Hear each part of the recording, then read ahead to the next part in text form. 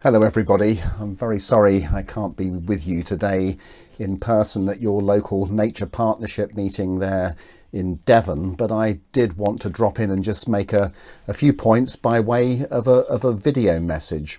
because I do think this is an incredibly exciting time that we've now entered when it comes to nature recovery, because we've got lots of different things that have been talked about for some time now beginning to come together, including a new global biodiversity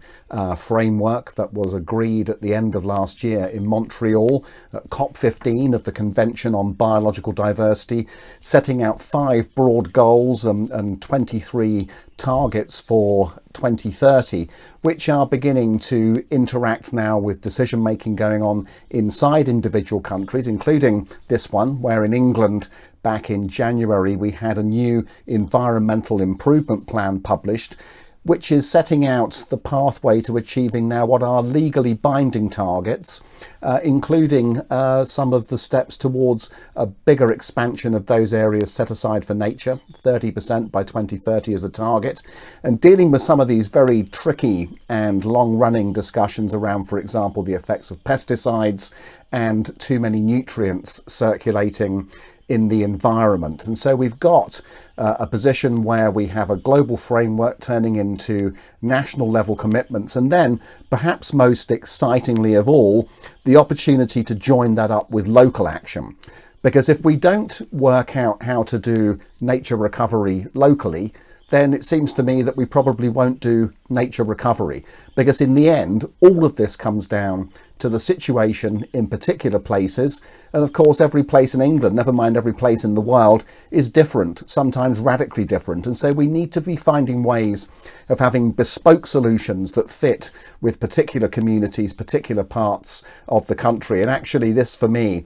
is a great example of the kind of thinking that I first came across when I went to work at Friends of the Earth back in 1990, where I discovered the founding slogan of that organisation was about thinking globally and acting locally. Think global, act local was the headline slogan. And the more I've thought about it over the ensuing 30 odd years, the more I can see that slogan has great merit, because we have to recognise the global emergency that is now catching up on us in relation to climate heating and loss of nature, and then to recognise at the same time that we're only going to grapple with that if we can do it in particular places in an orderly way. And this is all about bringing integrated thinking, I would say, to the level of a county or a district council level, or the river catchment scale. These are the kinds of scales at which we're now going to need to start bringing together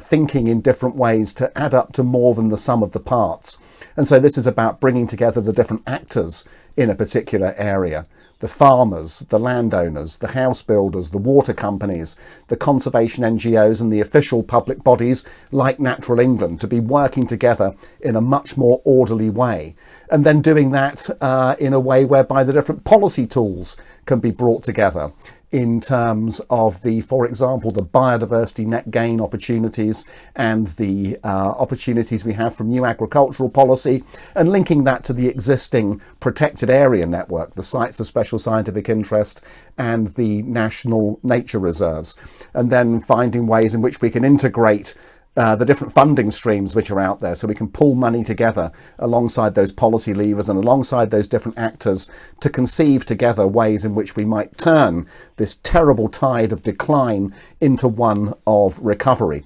And the local nature recovery strategies, which are now coming on stream, is the framework through which we can do this. We can take the ambition from the global framework and we can turn it into things that are going to happen at the level of an English county, and indeed the levels that exist more locally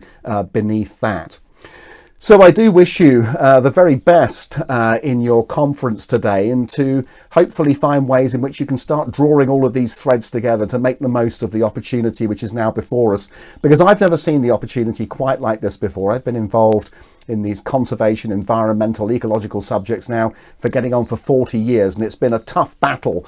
to move things along. But we're getting to the point now where it does feel like some of the pieces are coming together. It never feels like it's enough. It never feels like we're going fast enough, and both of those things are true. But it is the case that we do have a new opportunity that wasn't there before, and I would encourage everybody to really make the most of it, because we are now at the last moments, I think, before we can